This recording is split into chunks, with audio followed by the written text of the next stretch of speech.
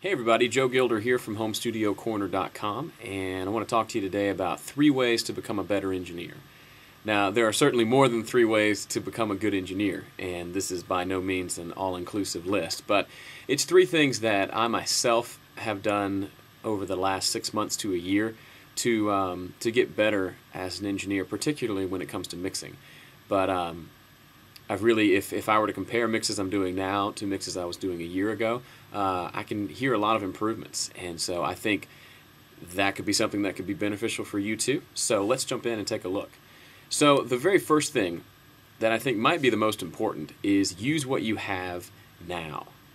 So who am I talking to when I say this? Well, this is for those of you who want to get another microphone. You don't need another mic. You don't need another guitar pedal, which I've been tempted to do now lately. You also don't need another plug-in bundle. You just need to make sure that you know how to use your current rig and make it sound awesome. Now, I'm assuming, taking a little bit of an assumption here, that you have a decent setup, meaning you have a microphone, you have a decent audio interface, you have recording software. So obviously, if you don't have any of those things, I'm not saying you should not buy those and start recording. But if you have a recording setup and you have a working rig, there's no reason to keep upgrading this and that before you start really making things happen. So the challenge to you is maybe go on a fast where you don't buy any new equipment for a month or for 3 months or 6 months, and all you do is make music. And I think you'll find that being limited like that is really going to make you focus on listening and on making your current setup sound as good as possible. And I think you'll find you'll be surprised how good your setup can sound if you take that mentality. And instead of making excuses for why it doesn't sound like you want it to sound, you're coming up with ways to correct that without buying new equipment. Next thing is finish what you start. This is one of the bigger things for me as well. I've been working on music for a while, particularly my own album, but it's just kind of been in the works and this thing I've been doing in the background and not finishing. So my challenge to you is take an inventory of your hard drive. Open it up and look at all the unfinished projects that you have. Why haven't you finished those? Is it because they're not worth finishing? Is it because you're really excited about starting it, but the actual work that it involves going through and finishing all the overdubs and mixing and mastering just doesn't appeal to you? What's the reason? And I think you should go through and just quickly go through the different folders and session files on your hard drive that aren't completed and ask yourself, why haven't I finished this? What's holding me back? Perhaps you're waiting to get some more gear. I don't know. The next thing is don't start a project until you finish one. So this is another challenge that you can maybe use to challenge yourself to get things finished. Before you open up and create a new session for a new project that you want to work on, or a new song or a new mix, finish one that you've started. If you're like me and you have this habit of starting things really well but not finishing, this can be a really good thing. And like it says here, finishing requires more discipline than starting. It's real easy to get excited about something, to start things up, to record the guitars and a scratch vocal, to get some things started, start a rough mix of it, and then you get distracted by something else. It's lost its initial appeal because now it requires more work to make it sound great. And if you're like me, sometimes it's more exciting to start things than to finish them. But what I found in doing my own album, I just finished tracking vocals for the last song yesterday. I've got the last song to mix, and then it's time to send it off for mastering, and I'll be done. And I've learned so much by finishing this project. Starting it, I didn't learn a whole lot. I recorded guitars, I recorded some vocals, I recorded, programmed some drum parts, bass, all that fun stuff. And that was all fine, and I learned a good bit about how to record, how to set up microphones and all that. But if I had stopped there, I wouldn't have learned nearly as much as I've learned by finishing it. I've learned a lot about production, how to take these things that I've recorded and add in additional elements to really make it full and to really complete the song. I've learned a ton about mixing and taking these tracks that I think sound good and visualizing and then actually achieving that final mix that I want, the final sound. And there's just 100 different examples I could give you of things that I've learned by finishing this album that I would have never learned had I not done the work and committed to finishing it. This album could have gone on for years unfinished, and it would have taken me that much longer to learn a lot of the things that I've learned. And I think I've gotten a lot better because of it. And the last thing here is get feedback from others.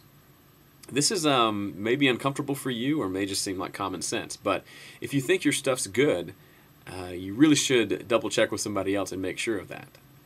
It's like those people on American Idol who think they can sing and they don't find out till they get to judges on national television. You know, it just doesn't make sense. You should go to your friends who are engineers and ask them what they like about it. What would they change? What would they do differently? Do they think it sounds good? Do they think it needs work? And these are the kind of questions that aren't fun to get answers from, but it's really helpful. For me, I had a group of about 5 or 6 people. With each mix of my album, I would send off an MP3 to them to critique, and I would get feedback from them.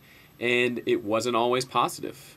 They would say, hey, this vocal's too loud. Hey, the delay on that's really loud. Hey, I would do something different on the drums here. It just doesn't sound right to me.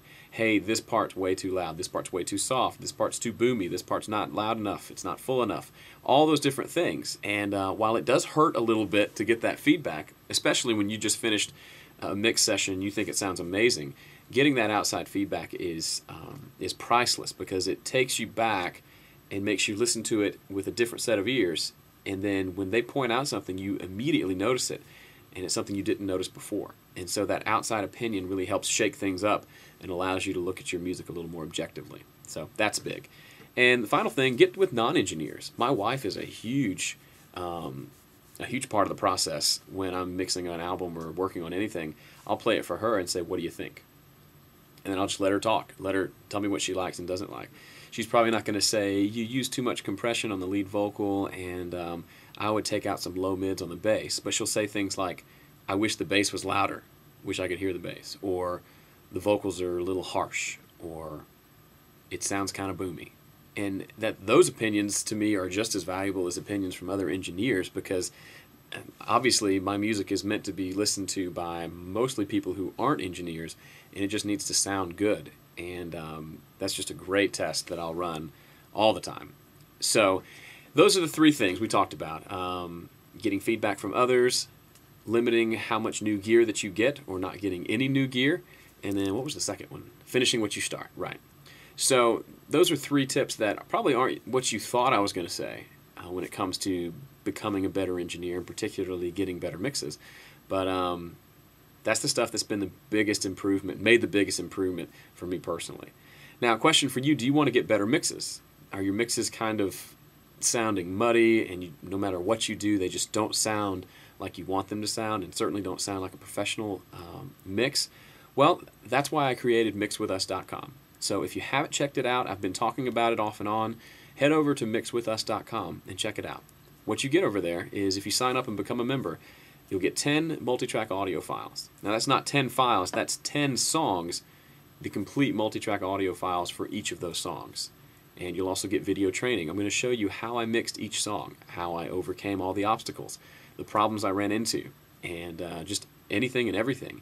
So you'll be mixing the songs along with me. And that's huge, because we'll both be encountering the same problems, and if you can't figure it out, I'm going to be there to help you. And then you'll get feedback, both for your questions. When you have questions about mixing, I'll be there to answer those, and also you can post your mixes and I will critique them for you. And I'll tell you things like, the vocal has too much compression, you need to remove more of the 150 hertz range from the bass guitar, things like that, and real practical advice that you can then turn around, go back to your studio and apply it, and the mix is going to start sounding better. So if that sounds like something that you're interested in, I would really encourage you to check out mixwithus.com. The first live class that we had a ton of fun. And those guys' mixes towards the end of the class, songs 9 and 10, are sounding so much better than their the first couple weeks' mixes. And it's because they got to do all the things that I just mentioned. They got to use the equipment that they currently own to do these mixes. They got to get feedback from me and the other members as to how their mixes sound. And I still can't remember what that second point was. What was it again? Oh, and they got to finish what they start. They had to post mixes. And so they had to finish them before they could post them for the rest of us to listen to. So mixwithus.com, it's a lot of fun, and I think you'll enjoy it. So go check it out, mixwithus.com.